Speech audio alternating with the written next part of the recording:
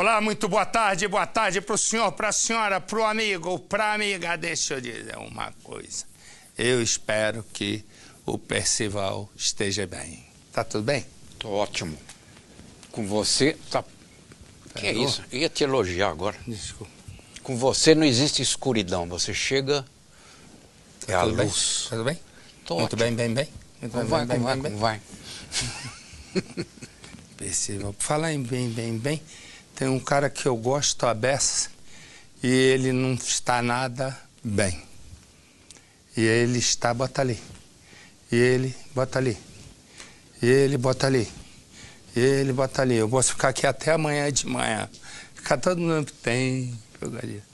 O meu camarada Leonardo. Meu camarada Leonardo, hoje eu encontro uma pessoa e diz, poxa, quase nunca vejo o Leonardo aborrecido e tô vendo ele triste. Eu digo, é mesmo? Por que que Leonardo está triste? Ele diz, por causa da filha dele. Eu digo, é mesmo? Bota um Léo pra cantar aí. Faz favor. Liga lá em casa, fala que hoje eu não vou voltar. Fala que nunca mais vou voltar. Que é muito tarde, a sua desazou.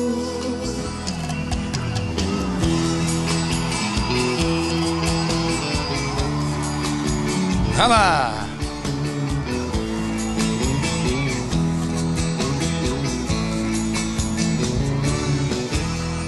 Hoje eu não tenho hora pra voltar Pra casa. Hoje todo aquele dia querendo beber. Hoje vou sair pra rua e não sei pra onde ir. Hoje eu não tô pra ninguém, eu só quero você. Acho que eu podia cantar. Vou inventar uma viagem pra ficar com ela. Pois o nosso Léo que tanta alegria nos traz, que agora, recentemente comemorou 30 anos de carreira, fez um DVD que é a coisa mais linda, e lá no DVD do Léo ainda tem no... Vê como é que eu gosto, na faixa 12 tem ele com Cristiano Araújo, numa coisa bonita entre os dois. Pois bem, a vida é uma coisa surpreendente. Ele tem um sujeito, mostra o sujeito aí que ele já tem aí, que ele não sabe nem quem é. Aí o que acontece? Esse sujeito que tá aí, o Léo não sabe nem quem é. Pode deixar a musiquinha no fundo, meu filho. Isso. Esse aí que tá aí com esse barbudinho aí, o Léo não sabe quem é, nunca ouviu falar, e eu vou ser sincero, eu nunca tinha ouvido falar na minha vida. O que que acontece?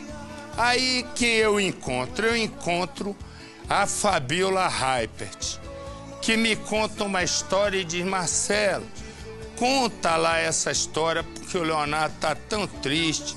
Essa moça linda que está aí do lado chama-se Jéssica. Jéssica tem 21 anos de idade e é filha de Leonardo. Esse barbudinho aí, que o Leonardo não sabe quem é, e eu que também nunca vi mais gordo nem mais magro, aí descubro eu, porque a Fabiola Hypert me conta, que esse barbudinho aí era namorado da Suzana Vieira. Eu digo, tá bom, mas aí o que eu tenho a ver com isso? Perguntei, né? Aí ela disse, não, a filha do Leonardo, ele terminou o namoro com a Suzana Vieira e começou a ter um encontro com a filha do Leonardo, Jéssica, de 21 anos. E esse sujeito que tá aí, ele me contaram hoje, ele é mágico. Eu não sabia que ele é mágico. Diz que agora também é ator. Ele é ator e mágico. O problema com esse negócio dessas mágicas, ele tá se escondendo nos lugares errados. Aí o que ocorre? Ele fez uma mágica qualquer e agora a filha do Leonardo apareceu grávida do mágico. Mas o Leonardo não acredita em milagre, imagina em mágica. Não está acreditando nada disso. E aí ele disse o seguinte: bota o Leonardo que esse babudinho é fake que dói, além de ser esquisito e bulir com a filha dos outros. Resumo, o que acontece? Aí o Leonardo mandou dizer o seguinte, que quer um exame de DNA para saber se o filho é do mágico, né? Para saber se o mágico está escondendo alguma coisa. Se bem que já segundo ele já escondeu.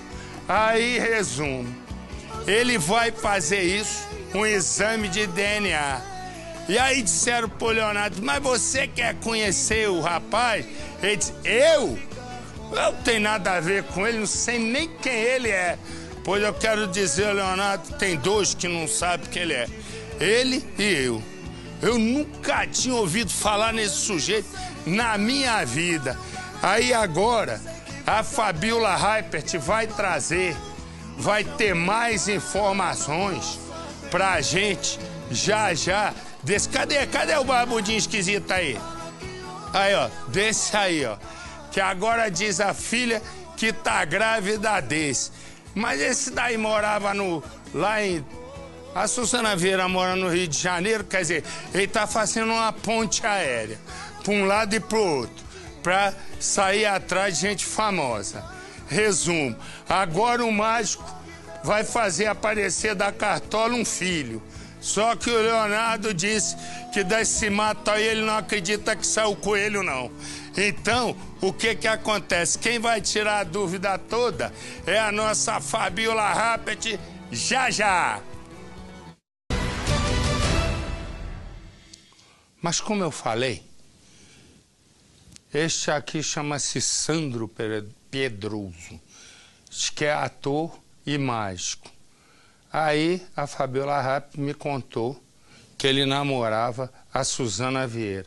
Agora teria deixado, né, no início de namoro, a filha do nosso querido Leonardo grávida. O Leonardo não quer saber de nada disso. E a nossa Fabiola vai participar do nosso Cidade Alerta, contando exatamente o que aconteceu. Conta pra mim, Fabiola. Oi, Marcelo. O bafão de hoje do Mundinho Pantanoso dos Famosos envolve o cantor sertanejo Leonardo. E eu fiquei sabendo que ele exigiu um teste de DNA, porque a filha dele está grávida do Sandro Pedroso, que é aquele mágico que namorou aí uma época a Suzana Vieira. E o Leonardo não aceita essa relação, quer nem saber, diz que não conhece o sujeito e que se não fizer teste de DNA, o bicho vai pegar. Então ele quer esse exame aí para que seja comprovado que o Sandro Pedroso é mesmo o pai da neta dele aí, do neto dele que vai nascer. Vamos ver o que vai dar essa história. Pobre do Leonardo, tadinho. Ainda já tem um monte de pipa para resolver. E agora essa. Sabe o que ele disse? Não aguento mais. E eu, sabe o que eu digo? Eu volto já. Vamos nós. Ela se chama Ana Lúcia. Ana Lúcia tem 21 anos. E ela pensa em duas coisas: estudar e trabalhar. E para pagar os estudos, ela tem que trabalhar. E ela se torna, então, uma atendente num restaurante. E é lá no restaurante que ela encontra João Pedro. Os dois olham, um flerta com o outro, ele já olha e já diz assim, ainda dá uma pegada nessa magrinha. E aí, o que acontece? Aí, ela olha e diz assim, esse cara aí com esse sorrisinho meio esquisito, acho que eu vou ter um negócio com ele. Bom, aí, sabe a fome com a vontade de comer? Foi aí que começou um negócio. Um sapeque aiá gigante. E tava tudo legal, uma sapecagem só. Amor, tirando o Chelsea, tirando não sei o que, esses nomes aí do negócio, botando lá nesse negócio que bota fotografia, resumo. Tá tudo muito bom, tá tudo muito bem. Ana Lúcia desaparece. Passa o primeiro mês, passam 2 meses. No terceiro mês, parte de um corpo é encontrado. Essa parte do corpo encontrado está num rio. Olham, ninguém sabe exatamente quem é, evidentemente, vai-se na lista das pessoas que teriam desaparecido, fazem um confronto e, de repente, descobrem que ali está Ana. E aí, imediatamente, ele passa a ser o principal suspeito. Mas ele tem uma desculpa, ele tem um álibi. E o álibi é que ele estava trabalhando quando a namorada sumiu. A polícia tem certeza de que João está dizendo a verdade.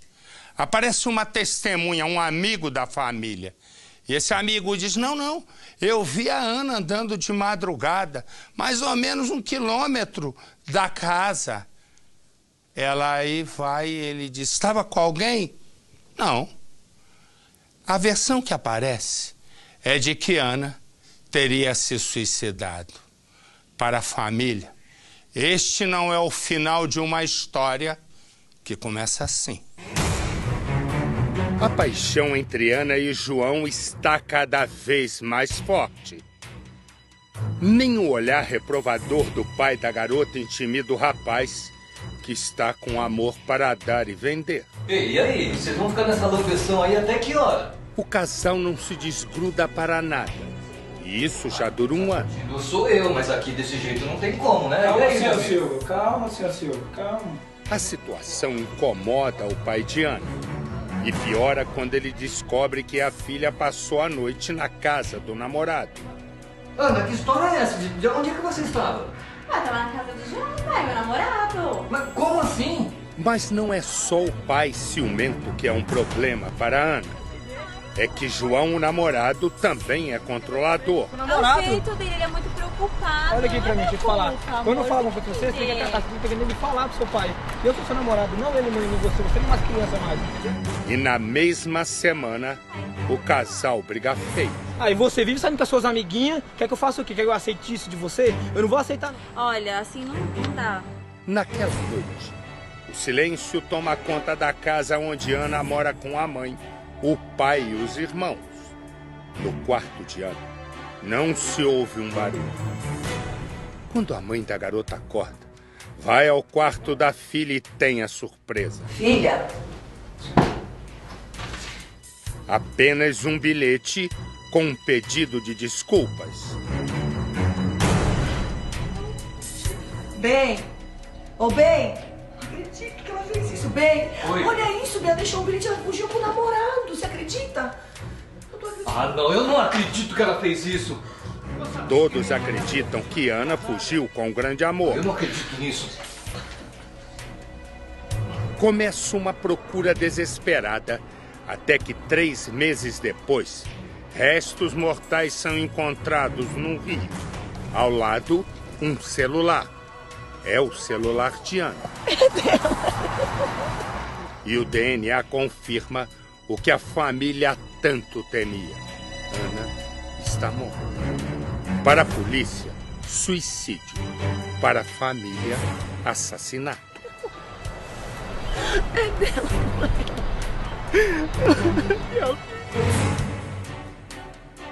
Uma estudante desaparece. A família se desespera. Sinto saudade o tempo todo. Não tem como falar o dia. É toda hora, todo instante. Parte de um corpo surge no rio. E uma hipótese é contestada. Por que uma garota jovem, sem histórico depressivo, tiraria a própria vida? Na hora eu pensei que era uma boneca. Um pedaço, como eu falei, uma boneca. Daí Você falou que era uma boneca? Eu achei, porque normal rodar certas coisas no lixo. Daí eu fui, chegando mais perto, falei, não, é um pedaço de um corpo. A altura é considerável. A ponte está exatamente na divisa entre a Aparecida do Norte e a cidade de Potim. Na hipótese traçada pela polícia de suicídio, a garota teria saltado daqui naquela madrugada. Mas existe um detalhe que chama a atenção. Repare na correnteza. Ela de fato segue na direção em que o corpo foi encontrado. Mas há apenas 1,5 km daqui. E isso 3 meses depois do desaparecimento. Eu não acharia que ela pularia, porque ela tinha uma vida inteira pela frente. Tinha meu casamento, que seria quase um mês depois. E eu queria que ela estivesse lá, e ela é o sonho meu e dela, o casamento.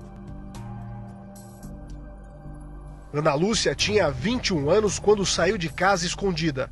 A mãe das garotas subiu as escadas às 6 horas da manhã. Vinha ao andar de cima para chamar as filhas para o café, que já estava pronto. A rotina da família sempre foi muito simples e sempre aos domingos todos se reuniam para ir à missa logo em seguida. Mas quando chegou aqui ao quarto de Ana Lúcia, se surpreendeu.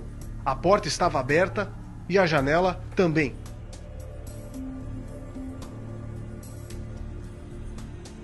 A irmã mais nova conta que às 11 horas da noite, quando chegou, encontrou Ana Lúcia no quarto. Tava dormindo, eu acordei ela ainda e falei, Ana Lúcia, tá tudo bem? Tá tudo bem. Eu falei, eu fui no encontro, contei o que tinha acontecido. E aí eu fui dormir e ela também. Aí o que aconteceu? No domingo eu acordei de manhã cedo, minha irmã não estava em casa mais. Ninguém percebeu a que horas ela saiu. E o mais intrigante, o porquê. O namorado dela, no caso, muito ciumento. E sempre quando ela estava namorando, até ela falava que os dois sempre estavam brigando. A família registrou o boletim de ocorrência e logo buscou o namorado atrás de informações. João Pedro primeiro negou, mas, segundo a família, depois de algumas horas, confirmou ter falado com Ana Lúcia. A polícia disse que o jovem de 28 anos trabalhava quando atendeu ligações da garota. O mistério está em cada detalhe que remonta àquela noite. Foi aqui, a menos de 1 quilômetro da casa em que morava com a família, que Ana Lúcia foi vista pela última vez.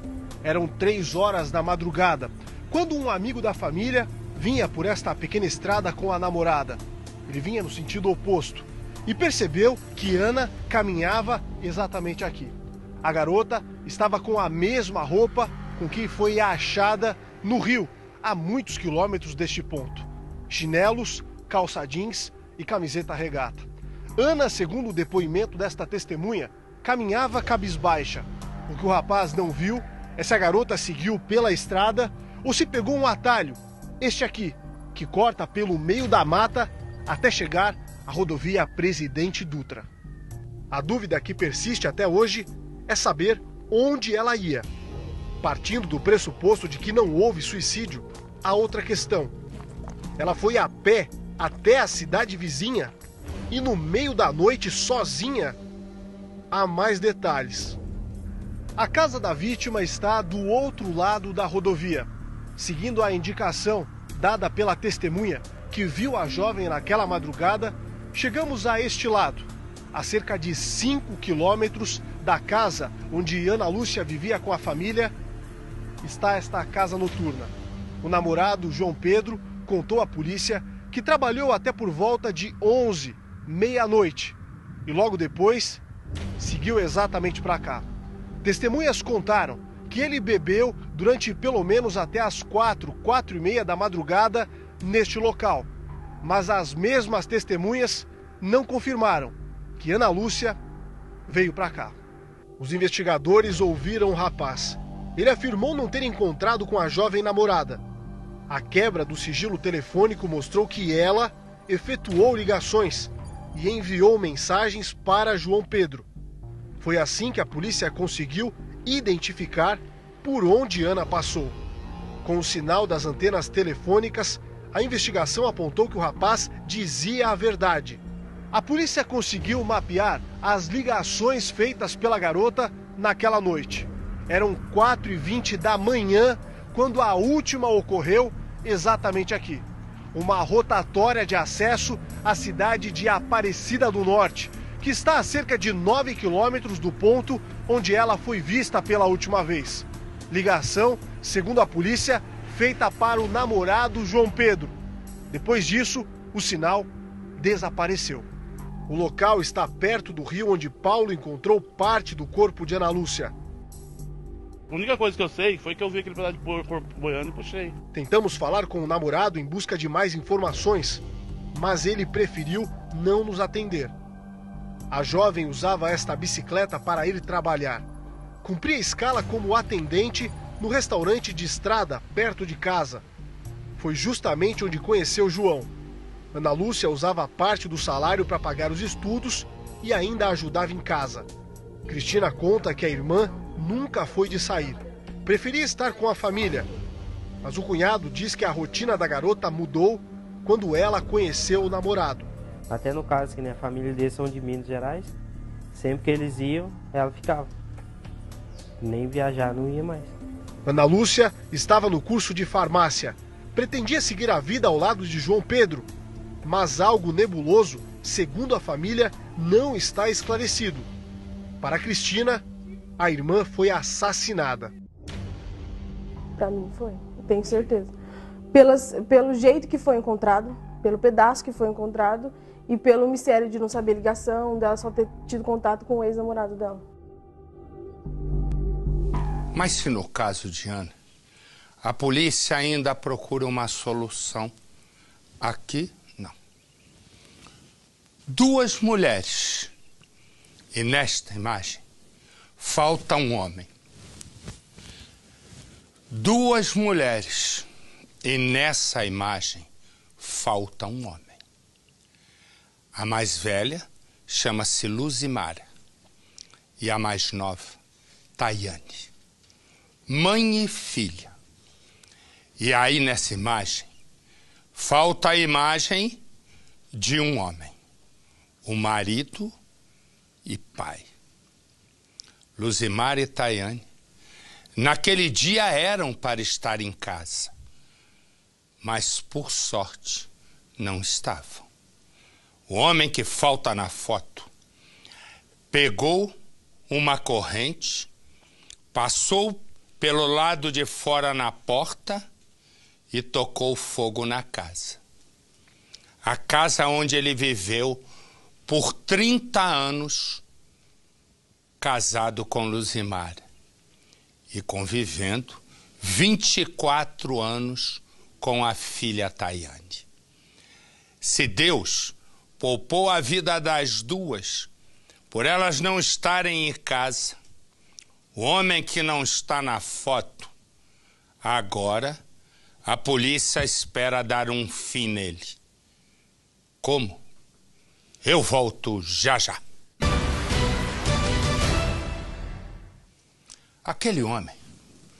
Aquele homem vinha andando pela noite desconfiado. Ele vinha andando desconfiado e com medo. Mas ele sabia exatamente o que ele queria fazer com essas duas mulheres. Mãe e filha. Ela se chama Luzimara e ela se chama Tayane. 24 anos tem Tayane. Luzimara foi casada com Carlos durante 30 anos. E é o que eu sempre digo. Não pode dar espaço nenhum para um homem que é violento. Mas Luzimara deu. No início ia tudo bem. Mas imagina 30 anos onde, na maioria dos anos, você só faz sofrer. Mas Luzimara tinha na cabeça uma preocupação. A filha. E ela sabia que precisava criar Tayane. E o homem que se chama Carlos, que é este aqui, o homem que se chama Carlos, é um marido o marido de Luzimara, pai de Tayane. Ela, a esposa tentou tirá-lo do vício das drogas durante muito tempo. Mas não.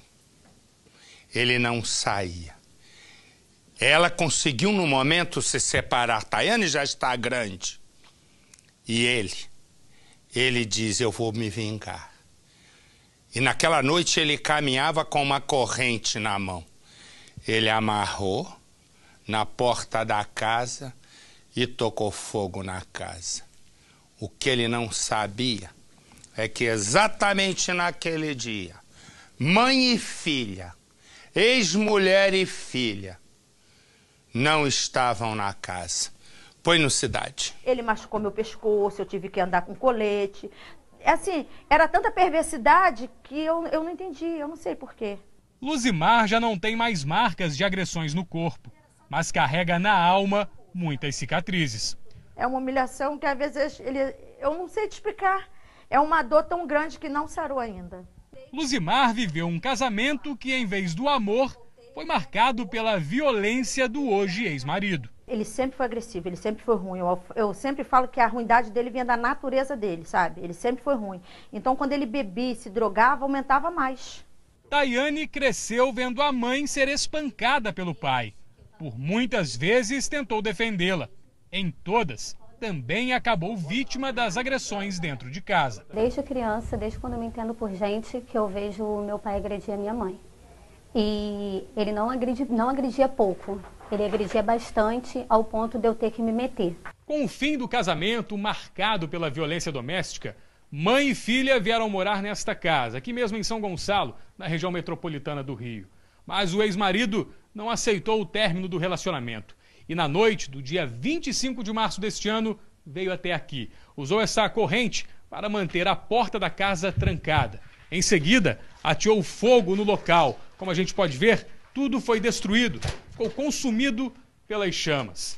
Mas, felizmente, as duas mulheres não estavam aqui. Ele fez, na cabeça dele, a gente estava lá dentro, ele fez para matar a gente mesmo, para matar eu e a filha dele.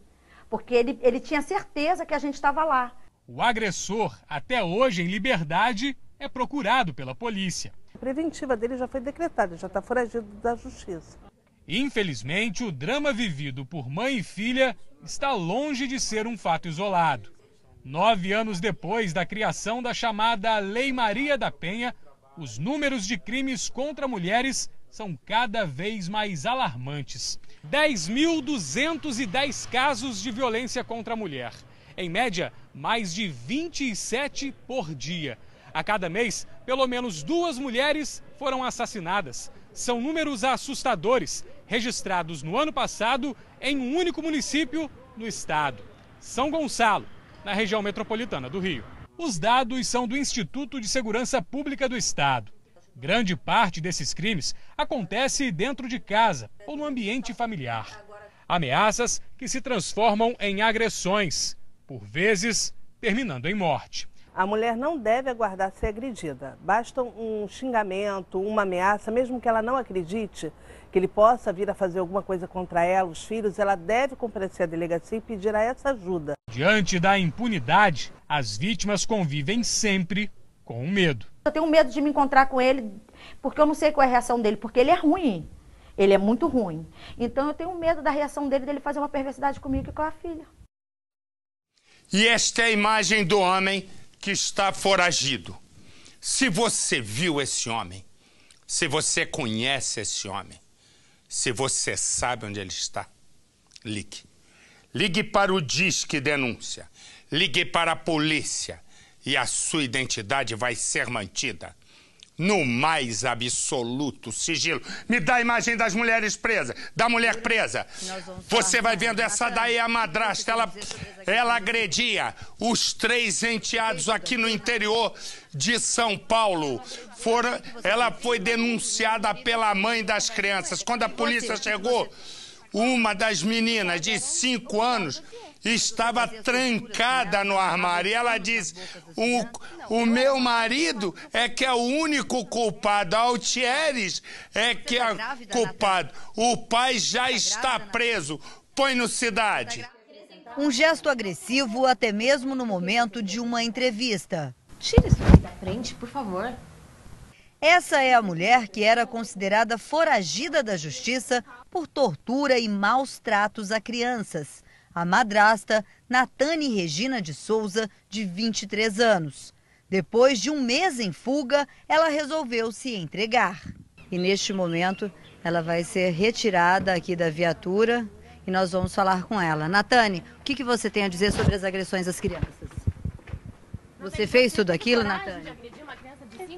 Eu não agredi. O que você fez, então? Não agredi. Meu marido assumiu, então conversa com ele. E você, o que você fez? Nada. Porque elas eram obrigadas a dizer. Mas você fazia as torturas com elas, amarrava os panos nas bocas das crianças? Não, eu era amarrada e eu tenho marcas no corpo também. Você dava choque elétrico nas crianças? Não. Você está grávida, Natane? Você está grávida, Natane? Você está grávida de gêmeos, é verdade? Você já imaginou alguém fazer algo semelhante com um filho seu? Responde, Natane. O que você fez, então? Qual foi a sua participação nas agressões, nas torturas com as crianças? A madrasta é levada para outra sala na delegacia. Mais uma vez, ela demonstra hostilidade. Natane, fala um pouquinho aqui com a gente. Qual era a sua participação nas agressões, na tortura? Eu nem morava na casa. Pra onde eu vou? Você amordaçava as crianças? Amordaçava as crianças? E os choques, como é que aconteciam? Não aconteciam? Como que você pode me julgar se você não sabe? Segundo a polícia, durante o depoimento, ela tentou colocar toda a culpa dos crimes no marido, pai das crianças. Algemada, Natane aguarda nesta sala para ser ouvida. Mais uma vez, tento conversar com a acusada. Primeiro, ela fica quieta, mas encara as câmeras. Você era considerada foragida. Estava difícil continuar foragida? Não.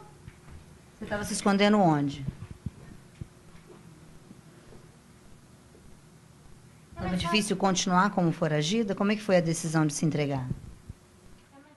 A madrasta assume uma parte do crime. Eu estava de castigo. E culpa o marido, pai das crianças. E quando ele chegava, falava para ele fazer alguma coisa, mas não para ele bater a esse ponto. Tanto que eu não via. Natane contou à polícia que está grávida de gêmeos, gestação de cerca de 3 meses. Sobre os enteados, ela diz apenas... As crianças me chamavam de mãe, o convívio era super bom, super legal, super extraordinário. Pronto. Bem diferente das palavras de Natane, são as provas que a polícia tem contra ela e o marido, que está preso. Nas fotografias dos menores, as marcas estão nos rostos e por todo o corpo das crianças. Além dos 3 enteados, uma 4ª criança também é considerada vítima de Natane.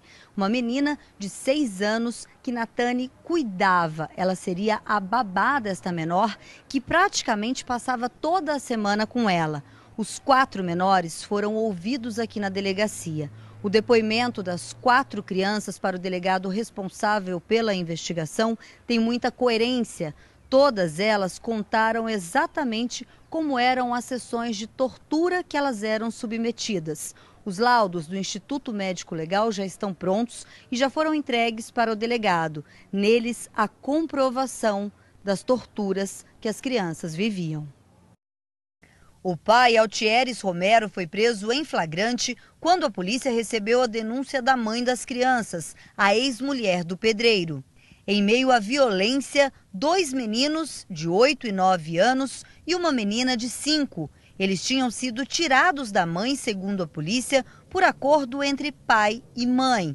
A investigação acredita que a violência fazia parte da vida das crianças há muito tempo. Eu saí na rua, aí o menino saiu lá de cima, veio sozinho chorando, procurando a mãe. E acho que tinha o quê? Uns 3, 4 anos, né? Uns 3, 4 anos e ficou perdido aqui, sentado chorando junto com a gente até o tio dele vir. O casal já morava com os filhos de Altieres há 3 anos. Depois da prisão de Altieres, a polícia fez várias operações para prender a madrasta. Nossa equipe de reportagem acompanhou uma delas. Mas quando a polícia chegou, Nathani tinha conseguido fugir minutos antes. Logo depois da prisão do pai das crianças, a polícia voltou na casa, no imóvel onde eles viviam, para fazer busca no local, ver o que mais eles encontravam lá. E para surpresa e espanto dos policiais, foi encontrada uma máquina de choque semelhante a esta, que é do delegado, e vai nos mostrar, inclusive, doutor, por gentileza, uma máquina como essa vocês apreenderam na casa do casal? Foi justamente isso. Nós encontramos com autorização da família, fomos até a casa, em específico no cômodo onde eles moravam, que era um cômodo na parte dos fundos, e concretizando o que as crianças falavam, havia essa máquina de choque, foi encontrada ela lá. O senhor pode mostrar para a gente como é que funciona? Testemunhas contaram à polícia que Altieres e Nathani mantinham as crianças presas em casa. Quando a mãe buscou os filhos, descobriu que a caçula estava na casa do tio, uma mentira criada pelo casal para encobrir os machucados visíveis no rosto da menina. Ela deu um tapa bem forte, que aquilo me doeu, machucou. Está gravado aqui, eu não consigo apagar essa imagem. Quando a mãe decidiu denunciar, mais de 12 horas já tinham se passado e ninguém sabia onde estava a criança. Como imaginar que a menina estava ali debaixo dos olhos de todos, na casa do avô, palco de muitas das torturas. E a menina foi achada escondida dentro do guarda-roupa. Nós entendemos que houve um intenso sofrimento, tanto físico quanto psicológico, razão pela qual nos levou a tipificar o caso como uma tortura-castigo. O delegado do caso conta ainda que chamou muito a atenção a frieza da madrasta. Ela mostrou ser uma pessoa dissimulada. Ela apresentou uma versão muito fantasiosa sobre o que aconteceu, tentando assim tirar o foco da verificação nesse momento, colocando outras situações que ocorreram no passado, com uma série de pessoas contra o avô, contra um tio. As crianças que precisam aprender novamente a viver longe da violência voltaram a morar com a mãe e tentam escrever um novo capítulo, diferente na vida deles, sem os maus tratos provocados pelo pai e pela madrasta. Agora, os dois estão atrás das grades. Estão atrás das grades? Estão atrás das grades, mas não quer dizer muita coisa isso. Porque por mais que fiquem atrás das grades, podem pegar uma pena de 8 anos se pegar. Quando, na verdade, para mim, né, isso é tentativa de assassinato. E quem faz isso com criança, esses dois, tá bem, mostra eles bem, mostra, né? Mostrar, porque aí tal, para todo mundo saber, né, dos dois, pois na minha opinião, no país que eu mandasse, esses dois iam para a pena de morte sem nenhuma dúvida. Porque quem faz isso com 3 crianças, ou que seja com uma, enfim, mas quem faz isso com criança não tem que ter, né, a oportunidade de viver, porque não servem para viver em sociedade, portanto é pena de morte. Tanto é que na cadeia eles vão ter que ficar separados, porque se colocarem eles próximo dos presos, os presos acabam barbarizando os dois. Porque se aqui, onde a gente diz, né, que é a lei dos homens, né, é essa moleza, na lei do crime, quem faz isso com criança recebe a pena de morte. E eu acho que nós deveríamos implantar a pena de morte num caso desse. Pensa nesse aqui. Esse agora está escrito aqui homicídio. Mães, bota ele ali. Mas tudo começou diferente. Ele chama-se Juliano. E ele bolou um plano. Ele disse, eu vou ser... Olha, me dá a imagem do Hamilton. Me dá a imagem do Hamilton. Olha que coisa linda. A imagem do comandante Hamilton. Vendo agora o sol, né? O sol indo dormir. O sol indo dormir, daqui a pouco aparece a lua. Olha que imagem linda. Mas vamos lá. Aí, moral da história. O que acontece? Ele pensou um golpe. Ele disse, eu vou ser o estelionatário do amor. Eu vou criar um perfil falso em rede social e vou seduzir mulheres e aplicar golpes. Numa dessas mulheres é Raquel. Raquel acaba de se separar e tem um filho de 11 anos. Ela encontra o estelionatário do amor. E pá, começa a conversar, rapidinho começa a namorar, rapidinho começa a sapecar. 4 meses depois estão morando juntos. E logo, Raquel descobre que o estelionatário do amor era muito mais do que isso. Era um homem pronto a dar golpes em qualquer um. Ela tenta se separar. Os dois discutem. Ali está o filho de 11 anos. Ele não deixa nenhum dos dois sobreviver. Saca dinheiro da conta agora da mulher morta, rouba o carro dela e desaparece. Põe no cidade. Juliano Nascimento é o principal suspeito de ter matado mãe e filho. Para mim, o mundo acabou. Minha vida está destruída por causa desse safado, cafajeste. O homem, que já é procurado pela polícia do estado de São Paulo por outros crimes, mantinha um relacionamento com Raquel Teófila dos Santos há 4 meses. E há 3, morava com ela e com um enteado de 11 anos. De acordo com a filha mais velha da vítima, a mãe conheceu Juliano em uma rede social, mas ele teria se apresentado com um outro nome. Ele chegou aqui se apresentando de Fernando. Daí primeiro eles trocaram assim, eles não se conheceram pessoalmente direto. Primeiro foi por telefone, mensagem, até que ele veio aqui, daí eles começaram a sair. Raquel havia acabado de romper o casamento com Mauro, pai do garoto vítima, que durou 16 anos. Por isso, Raquel teria decidido se mudar. Ela levou o comércio, o namorado e o filho mais novo com ela, para tentar escrever uma nova história. Logo quando ela mudou pra lá, ela ligava pra mim com frequência. Eu sempre escutava assim, ele, tipo assim, a voz dele por telefone, ele até falava, ai, manda um abraço. Pro último mês, ela começou a ligar menos pra mim. No dia 19 do mês passado, foi o último dia que Raquel foi vista trabalhando no bar. Era um domingo e, de acordo com testemunhas, ela fechou o estabelecimento como era de costume. Só que no dia seguinte, o bar não foi aberto e na terça-feira permaneceu fechado. Preocupada, a irmã da vítima, que também morava próximo a ela, resolveu ir até a casa de Raquel saber o que estava acontecendo. Mas, chegando lá, encontrou as portas da casa trancadas e o carro da família não estava mais na garagem. Depois ela foi até a polícia, o delegado de lá me ligou como filha, pedindo autorização para arrombar a casa, porque estava fechada, eu autorizei. Aí depois ela ligou em seguida, falando que entraram na casa e que estavam os 2 corpos mortos. Até o momento, todos os indícios levam a polícia a acreditar que Juliano é o assassino. As vítimas foram mortas em cima das camas, provavelmente enquanto dormiam. Isso porque os corpos não apresentaram sinais de sofrimento. Além disso, os pertences de mãe e filho foram encontrados intactos na casa. E de Juliano, só tinha um boné e um chinelo. A polícia também constatou que o saque foi realizado na segunda-feira, data em que as vítimas já estariam mortas. No caso, hoje, eu penso assim, ele sempre foi um bom ator, ele se disfarçava bem. Para Mauro, a notícia foi mais do que assustadora. Há meses, o pai nem sabia qual era o paradeiro do filho. Não tinha assim contato com ele, já desde quando eu separei dela. Eu tentei entrar em contato com ele, mas não consegui. A polícia da cidade de Santa Helena de Goiás continua investigando o caso. Desde que os corpos de mãe e filho foram encontrados, Juliano não foi mais visto na região onde vivia. Apesar de ser chamado de Fernando, ele usava documentos no nome de Maurício, que na verdade é irmão dele. Eu quero justiça, eu quero ver esse cara na cadeia. A minha vontade é que ache ele, que ele seja preso, porque não tem como uma pessoa dessa ficar solta. E esta é a imagem do homem que está foragido.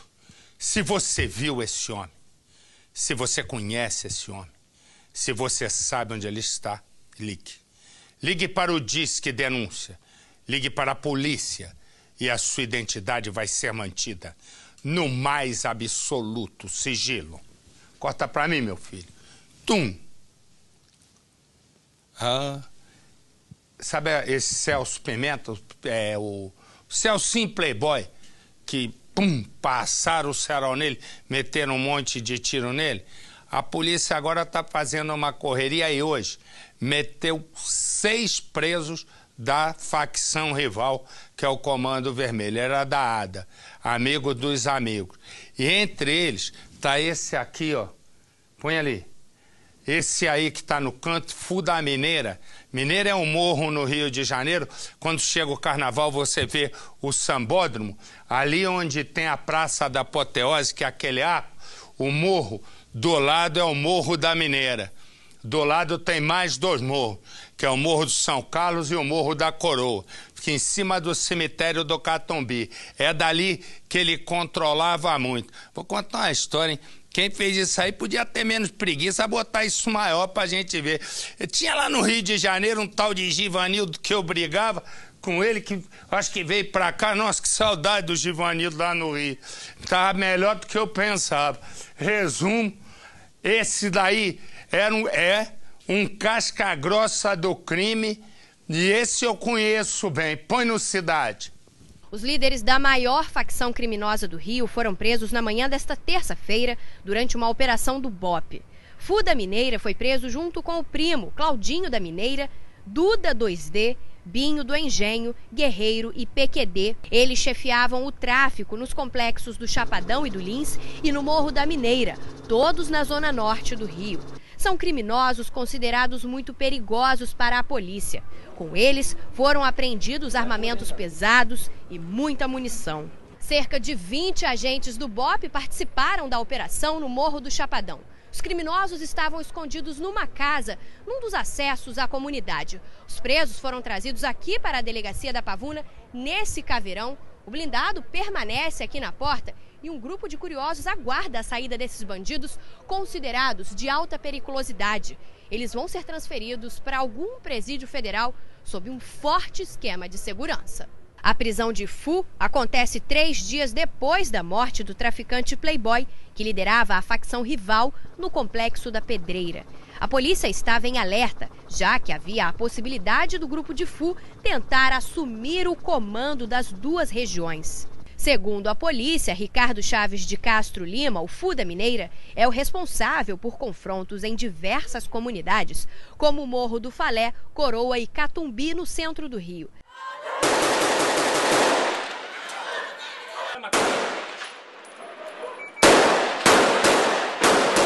Preso por tráfico de drogas, o criminoso estava foragido do sistema penitenciário desde agosto de 2013, quando recebeu o benefício da progressão de pena para o semiaberto e nunca mais voltou.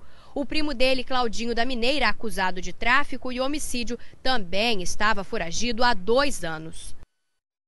Deixa eu mostrar uma coisa aqui, que é para que a gente consiga entender. Que eu vou juntar 2 coisas num assunto só. Essa aqui é uma mulher que comandava parte do tráfico de drogas. São várias as mulheres, namoradas, esposas, que são conhecidas como as primeiras damas do crime. Levam uma vida de luxo. Essa aqui era conhecida como Bibi Perigosa.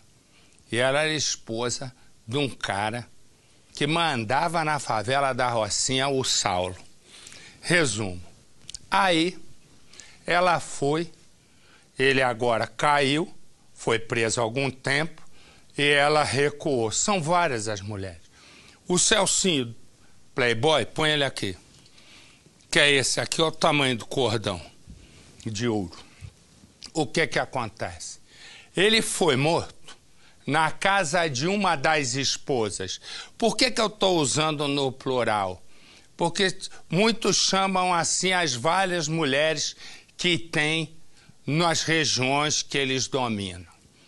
Então a mulher que você viu é apenas uma. Esse aqui entrou para o mundo do crime, morreu na casa de uma das namoradas de 14 anos, ele já fez parte das Forças Armadas. Ele estudou em colégio de rico, nasceu em classe média, arranhava inglês, vai vendo. E resolveu se meter no crime. E o que eu vou mostrar agora é ele, como ele fez essa passagem e as namoradas, né? As esposas dos traficantes na chamada ostentação. Põe no Cidade. Laranjeiras, área nobre da cidade. Numa das ruas mais movimentadas da zona sul do Rio, o prédio onde o traficante Playboy passou os primeiros anos de vida. Ele morava com a família na cobertura. Celso Pinheiro Pimenta nasceu no dia 1º de março de 1982. A infância do garoto foi aqui pelas ruas do bairro. O pai dele tinha uma banca de jornal. Preocupado com a educação do filho, o jornaleiro matriculou o menino ali, naquela escola particular tradicional aqui em Laranjeiras. A educação de qualidade e a família honesta não impediram que, aos 15 anos, Celso Pinheiro Pimenta entrasse para a quadrilha de Pedro Machado Lomba Neto, o Pedro Dom, um bandido de classe média que invadia prédios de luxo na cidade e morreu em 2005. Ao completar 18 anos de idade, Playboy ainda não tinha passagem pela polícia e ingressou na aeronáutica, onde aprendeu a manusear armas pesadas. Ele dividia a vida de militar com a rotina de criminoso. De assaltante, passou a agir também no tráfico de drogas, no Complexo da Pedreira, em Costa Barros, zona norte do Rio. Aos 21 anos de idade, Playboy foi preso e condenado. Pegou uma pena de 15 anos e 8 meses. Entre 2003 e 2009, passou 2 vezes pelo sistema penitenciário. Tanto na primeira quanto na segunda passagem, ganhou direito à liberdade condicional e não voltou para dormir na cadeia. Uma das especialidades da quadrilha do criminoso era roubar carros na zona norte do Rio. Muitas vezes, os veículos eram desmanchados no meio da rua e abandonados dessa forma. Não é difícil encontrar carcaças abandonadas nos rios que ficam perto da Pedreira. A área que era controlada por Playboy foi cenário de várias ações ousadas em menos de um ano. Foram inúmeros roubos de carga nos últimos meses. Em outubro de 2014, bandidos resolveram se divertir com fuzis na piscina de uma vila olímpica da prefeitura. Adorei a piscina. Maior complexão, tá tudo dominado. Em dezembro, o Playboy liderou a invasão a um depósito do Departamento Estadual de Transportes Rodoviários. O local guarda veículos irregulares apreendidos. Quase 200 motos foram levadas. Todos os crimes fizeram Celso Pinheiro Pimenta se tornar o homem mais procurado do Rio aos 33 anos de idade. O Disque Denúncia oferecia uma recompensa de R$50 mil por informações que levassem à prisão do bandido. Playboy acabou morto durante uma operação das polícias civil, militar e federal no sábado passado. Ele estava na casa da namorada, uma menina de 14 anos. Segundo a polícia, o traficante apareceu na porta com uma pistola e levou um tiro no peito e outro numa das pernas. Logo depois da morte, a segurança foi reforçada no Complexo da Pedreira. Nesta terça-feira, homens do batalhão de choque faziam rondas pela região. O setor de inteligência da PM tem informações de que o substituto de Playboy seria Carlos José da Silva Fernandes, o Arafá. Ele passou pelo sistema prisional várias vezes nos últimos 16 anos. O bandido é famoso por gostar de matar policiais. Nas últimas horas, o criminoso teria dado ordens aos comparsas para que as barricadas fossem reforçadas nos acessos ao Complexo da Pedreira. Ele também estaria alertando os olheiros do tráfico para ficarem mais atentos à movimentação dos agentes nas comunidades dominadas pela facção. Nossa equipe flagrou um dos criminosos com um radiotransmissor. Ele se escondeu ao perceber que estava sendo filmado. É dia de baile na comunidade. O último antes da ocupação da favela. Técnicos montam os equipamentos.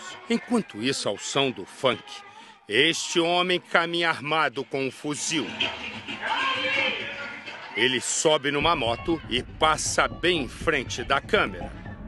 O traficante ostenta armas de guerra diante de dezenas de moradores. Uma facção criminosa ainda manda na favela. Ao lado de um paredão de caixas de som, este outro homem também exibe um fuzil.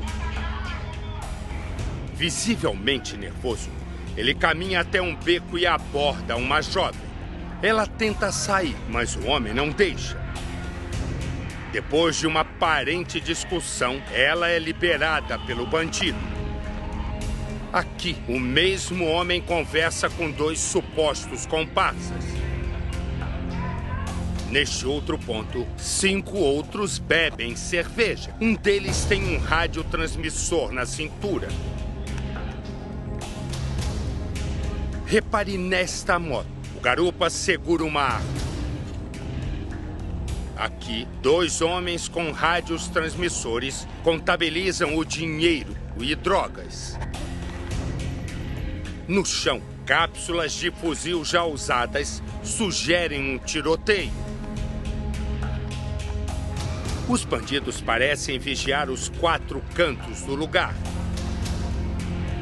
Na parede, uma inscrição com a sigla da facção criminosa e os cifrões, símbolo de um negócio lucrativo.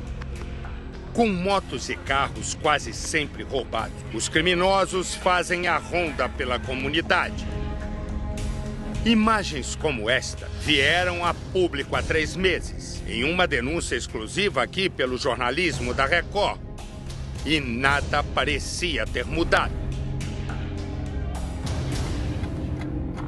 As cenas foram gravadas por uma pessoa comum, que não suportava mais o domínio do tráfico. O morador não tem paz mais no Caju. A gente tem liberdade, ao mesmo tempo não tem. E a gente não aguenta mais essa bagunça que tem dentro do Caju, entendeu? Porque a gente não tem paz. Bandidos são flagrados com pistolas, submetralhadoras, granadas, fuzis, mesmo armamento que aparece nas imagens usadas no passado. Agora repare neste homem de cadeira de rodas. Ele também carrega um fuzil.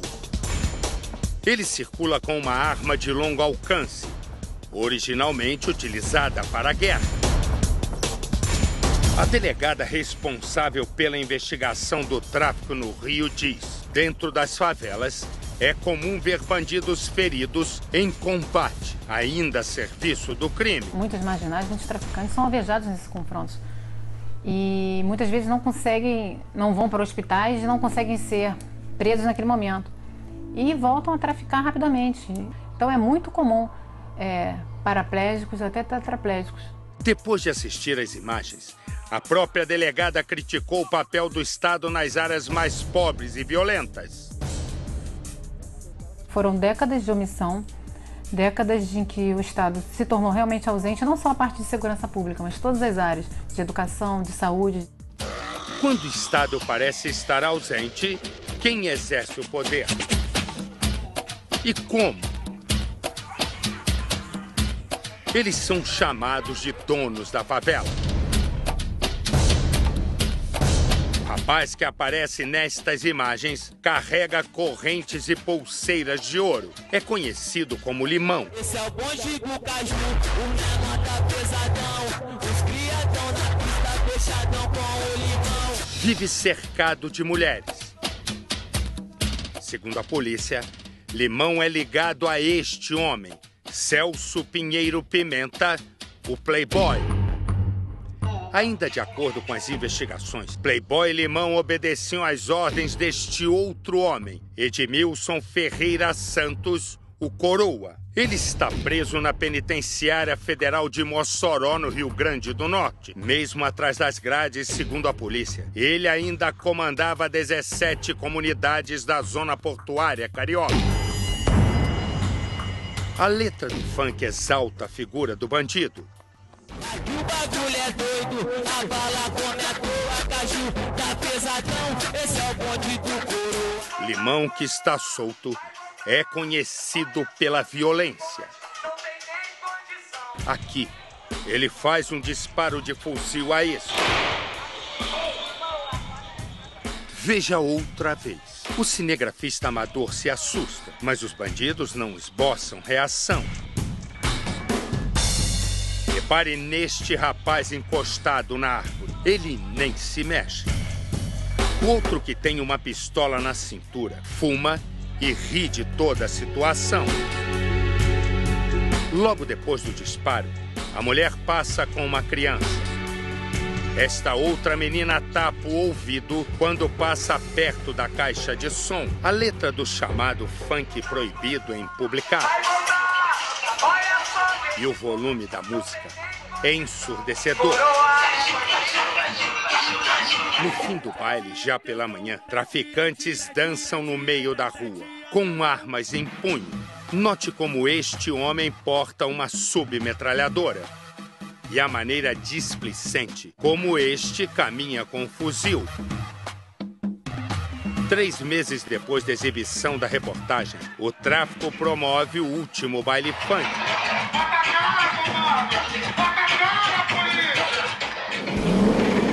No fim de semana seguinte, as tropas ocupam as comunidades do Caju.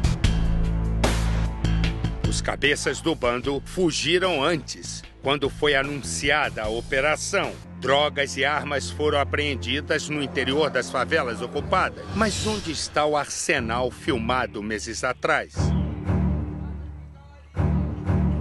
Os bandidos que fugiram levaram as armas e a munição para outro lugar. Ou parte do armamento ainda está ali escondida. 2 dias antes das tropas tomarem o Caju, já não se via mais o movimento de compra e venda de drogas na rua. Voltamos ao Parque Boa Esperança, a comunidade da zona portuária, filmada pelo cinegrafista amador. O Parque Boa Esperança está hoje ocupado pela Polícia Militar, mais precisamente por homens do Batalhão de Choque. Outras comunidades daqui estão sob controle do BOP, o Batalhão de Operações Especiais.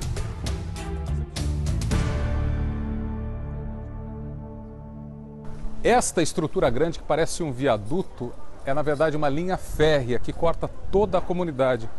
E a linha férrea aparece em várias imagens feitas pelo cinegrafista no ano passado. Numa das imagens está o Limão, que era o gerente do tráfico local.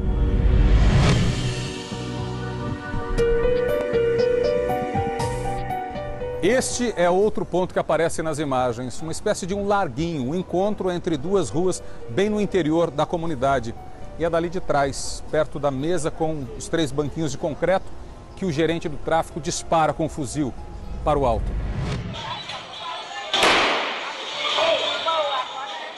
Apesar de aparentemente expulsos, o tráfico ainda intimida. Nos muros pichados, mensagens desafiadoras à polícia e ameaças abertas à população. Veja os dizeres. A lei do tráfico continua. Quem pagar para ver vai morrer. E as ordens? Ter olhos e não ver. Ter ouvidos e não ouvir. Ter boca e não falar. Lembra de mim? E ainda, o crime vai e vem. O que pensa disso, homem que teve coragem para flagrar de perto as rotinas dos bandidos? A gente viu esses anúncios que eles fecharam a comunidade uma forma de intimidar o morador. Mas o morador sabe que existem muitas formas de denunciar, através de bilhete, denúncias anônimas, entendeu? Eles tentam parar a comunidade, mas a comunidade é mais forte do que eles.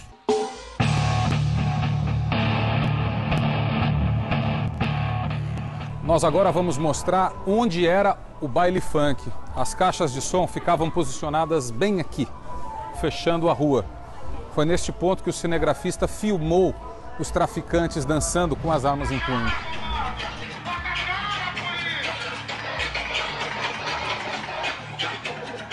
Ao contrário do que acontece em outros lugares já pacificados, a polícia aqui não vem sendo recebida com hostilidade. Isso tem uma explicação. Os bandidos que mandavam neste lugar não são o que se chama de crias da comunidade. Não nasceram e foram criados aqui, vieram de fora e exerciam o poder com intimidação e violência. Violência que a comunidade agora quer esquecer. Imagens que nenhum morador quer voltar a registrar. A gente quer o quê? A gente quer paz? A gente quer a comunidade sem droga, sem bandido chutando arma. As ruas vigiadas por bandido e as mesmas ruas hoje, livres da ação do crime e vigiada pelas armas da lei. As barricadas que demarcavam o território não existem mais. As ruas imundas estão sendo limpas. No cenário antes dominado pelo tráfico, ainda existe um medo, mas também uma esperança de que a vida aqui começa mesmo a mudar.